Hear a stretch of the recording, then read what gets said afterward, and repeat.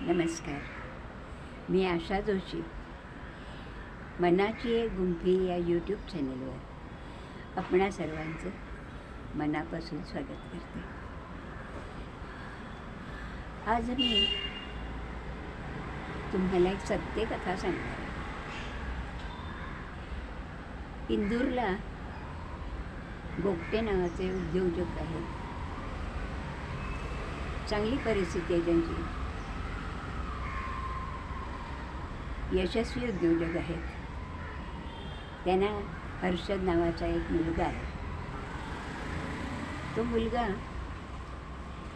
नावाप्रमाणेच इतरांना हर्ष देणारा, आनंद देणारा असाच आहे. असाच तो होता पहिल्यापासून. त्याच्या शालेय शिक्षणात, कॉलेजमध्ये खूप चांगला यशस्वी झाला. पुढे तो इंजिनिअरिंगला गेला. दुसऱ्या वर्षाची परीक्षा चांगली डिस्टिंक्शनमध्ये पास झाला. तिघेही जण खूप आनंदात होते. घरी पै पाहुणे अभिनंदनासाठी येत होते आणि शुभेच्छा देत होते. हर्षदने परीक्षा झाली म्हणून पुढचं कॉलेज सुरू व्हायच्या आधी सोलो ट्रिप करायची ठरवली. त्याला मुंबईचं प्रचंड ॲट्रॅक्शन म्हणून तो मुंबईला जायचं असं त्यांनी ठरवलं. आईवडिलांनाही त्यांना नाही म्हणायचं काही कारणच नव्हतं. त्याला त्याची सगळी जबाबदारी माहिती होती. पुढचा सगळा बिझनेसचा डोलारा तो सांभाळणार होता. तो जबाबदारीने वागत होता. कुठेही त्याचं श्रीमंतीचं वागण्याचं वाह्यातपणाने होत नव्हतं. ट्रिपचं रिझर्वेशन झालं, बुकिंग करून झालं ट्रेनचं. ट्रेनला भयंकर गर्दी असते आणि लोक फसवणारी असतात. या सगळ्याचा विचार करून त्यांनी त्याची ट्रिप काढायची ठरवली. त्यांनी त्याच्याप्रमाणे तयारी केली. कधीतरी लागणारी औषधं, सर्दी, खोकला, ताप आणि सुका खाऊ अशी सगळी तयारी घेतली. आईवडील सारख्या सूचना देत होते. तोही कसा वाह्यातपणाने वागणारा नव्हताच. खूप जबाबदारीने वागणारा होता. त्याला ट्रेनमध्ये बसून आला. बाजूने धावत येणाऱ्या, इतर स्पीडने जाणाऱ्या ट्रेन्स बघून, धावणारी स्टेशन्स बघून, खूप गर्दी बघून उत्सुकताही होती, कुतूहल होतं आणि सावधगिरी पण होती. दादर स्टेशन जवळ यायची वेळ झाली तसं त्यांनी गर्दी व्हायला नको म्हणून त्याची बॅग घेतली. बॅग मागे ठेवली. दरवाजात तो दोन्ही हातांनी बाजूच्या दांड्या धरून खूप सावधगिरीने उभा राहिला. गाडीला चांगला स्पीड होता. धक्के बसत होते. वारा येत होता. दादर स्टेशन जवळ येते म्हटल्याबरोबर त्याच्या मागेही लोक जमा झाली. सामान घेऊन उभी राहिली आणि तेवढ्या शेजारच्या ट्रॅकवरून उलट्या बाजूनी गाडी धाड धाड धाड फुल स्पीडमध्ये खाली वाऱ्याचा झोत आला. तो एवढा वारा त्यांनी अपेक्षाच केली नव्हती. त्या तेवढ्यात धक्का बसला गाडीला आणि तो खाली पडला. खाली पडला म्हटल्यावर बाहेरच्या मागच्या बाजूला जी लोक उभी होती त्यांना कळलं. लडका गिर गया, लडका गिर गया म्हणून आरडाओरडा झाला. एक जण धावत जाऊन त्यांनी गाडीची चेन खेचली, गाडी थांबली. गाडी थांबल्यानंतर बऱ्याच वेळाने थांबली, त्याच्यामुळे तो मागे होता तिथल्याच जवळच्या स्टेशनला. आणि त्याला मदत करणारे हातसुद्धा भेटले. त्यांनी त्याला सायन हॉस्पिटलला हलवलं. त्यातल्या त्यात जवळ असणारं तेच हॉस्पिटल होतं. आणि त्याच्यावर ट्रीटमेंट सुरू झाली. तो शुद्धीवर आल्यानंतर त्यांनी त्याच्या मोबाईलवरून वडिलांना हकीकत सांगितली की ताबडतोब तिकडनं दोघंही जण निघाले. ते निघाले आणि हॉस्पिटलमध्ये पोचले. आणि त्यांचा एकुलत्या एक मुलाचा फक्त जीव गेला नाही, पण ते संतोष त्याच्या दोन्ही हातांवर ढकललं गेलं. त्याचे दोन्ही हात गेले. एवढा आईनं उमेदीतला अर्धवट शिक्षण झालेला मुलगा, त्याचे दोन्ही हात गेले. सगळ्यांपुढे यक्ष प्रश्न उभा राहिला, कोणी कुणाला आणि कसा धीर द्यायचा. आपल्या हातात तर काहीच नाही. आई वडील सारखे रडत होते, पण करणार काय. मुलगा हाती लागला याच्यातच ते समाधान मानत होते.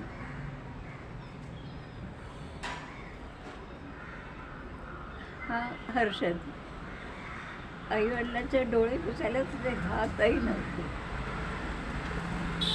पण तो समंजस होता. त्यांनी कुठून तरी मोबाईलवरनं माहिती काढली. मुंबईतल्या ग्लोबल हॉस्पिटलची माहिती त्याला मिळाली की तिकडे ट्रान्सप्लांटेशन होतं.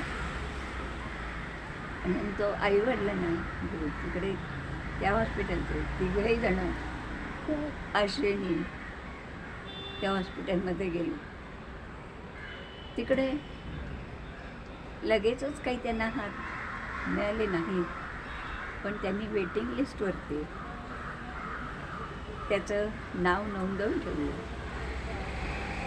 सगळ्या फॉर्मॅलिटीज पूर्ण झाल्या. ते इंदूरला परत आले. आता यक्ष प्रश्न तर पुढेच होता. दैनंदिन व्यवहार, रोजचं जगणं, त्याचं शिक्षण, काय करायचं काय. तिघेही एकमेकांना धीर देत होते, त्याला मदत करत होते. तोही जिद्दीने उभा राहिला. आता खरी परीक्षा पुढेच होती. रोज मिनिटाला प्रश्नचिन्ह उभं राहत होतं.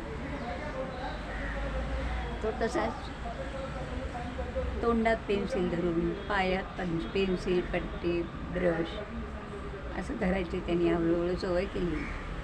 आईवडील हे मदत करत होते, पण त्याला काही लिमिट्स होते.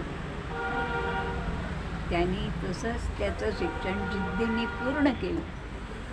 तो इंजिनियर झाला आणि कॅम्पस सिलेक्शनला त्याचं TCSला सिलेक्शन त्याला नोकरी मिळाली. ती नोकरी सुरू झाली, पण त्याला प्लेसमेंट झाली ती पुण्याला. त्यांनी खूप पोलाइटली सांगितलं, sir, I can't live without my parents. I am disabled. So please give me job here. मी TCSमध्ये होता म्हणून टाटांनी त्याचं म्हणणं माणुसकीने ऐकून घेतलं आणि त्याला तिथेच काम करण्याची, एवढंच नाही तर वर्क फ्रॉम होम करण्याची परमिशन दिली. त्याची नोकरी सुरू झाली. डिसेबलचा एबल झाला. त्यातल्या त्यात त्याला समाधान होतं की आता मी अपंग अवस्थेत तरी आईवडिलांवर अवलंबून नाही. तरीही बाजूला त्याचा ऐन उमेदीचा आणि याच काळात त्या तिघांनाही प्रकर्षाने कळलं की जगात कोणीही कोणाचंही नाही. भले तुम्हाला खंडीभर नातेवाईक असतील, मित्रमैत्रिणी असतील, पण तुमच्या वेळेला कोणीही उपयोगी पडत नाही. घरची रक्ताची माणसं हीच खरी माणसं असतात. तेच एकमेकांना आधार देतात. अशीच 8 वर्ष गेली. 8 वर्ष त्यांनी सगळं जीव घेणं आयुष्य हे त्यांनी तिघांनी अनुभवलं आणि त्याच्यातनं ते पार केलं. माणूस ठरवतोय आणि घडतंय, नशीब म्हणतं नाही. पण तरीही कुठेतरी जी काही आपण चांगली कामं केलेली असतील ती कुठेतरी उभी राहतात या जन्मी. तसंच झालं. तो एकदा आईला घेऊन पिक्चरला गेला होता. वडिलांना काम होतं म्हणून ते आले नाही. आणि पिक्चर चालू असताना अहो आश्चर्य, त्याला ग्लोबल हॉस्पिटलमधनं फोन आला, तुम्हाला सोलापूरहून हात मिळू शकतायत, ताबडतोब निघून या आणि ग्रीन कॉरिडॉरमधून ते आणायची व्यवस्था करा. त्यांना त्याच्यासाठी 50 लाखांचं पॅकेज दिलं. हर्षदचा आनंद गगनात मावत नव्हता. त्यांनी ताबडतोब वडिलांना फोन केला, बाबा बाहेर बरा, आपल्याला ताबडतोब मुंबईला निघायचं आहे. ते तिघेही ग्लोबल हॉस्पिटलला दाखल झाले.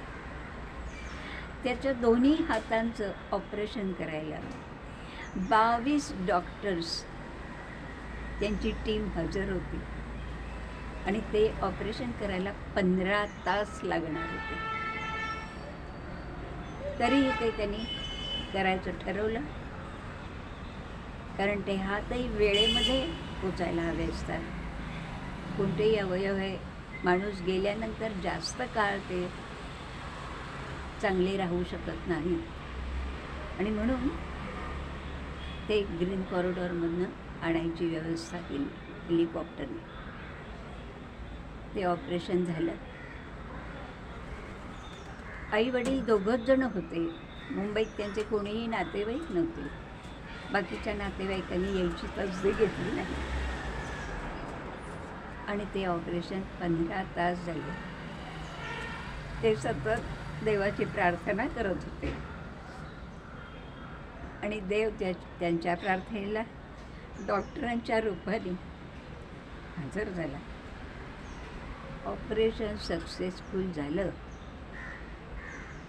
काही तासानंतर त्याची थोडीशी हाताची हालचाल सुरू झाली आणि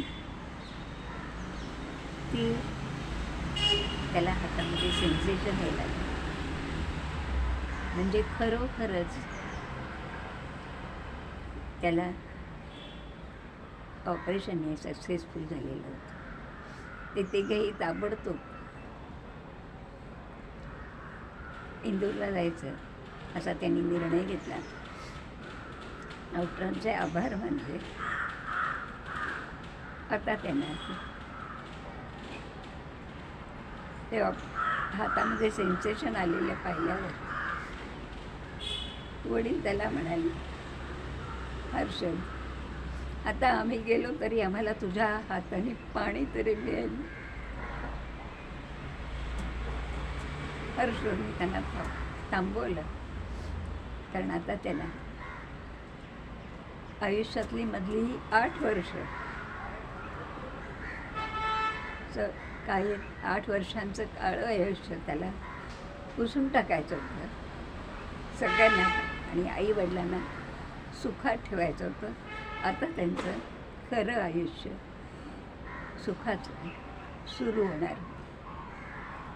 धन्यवाद.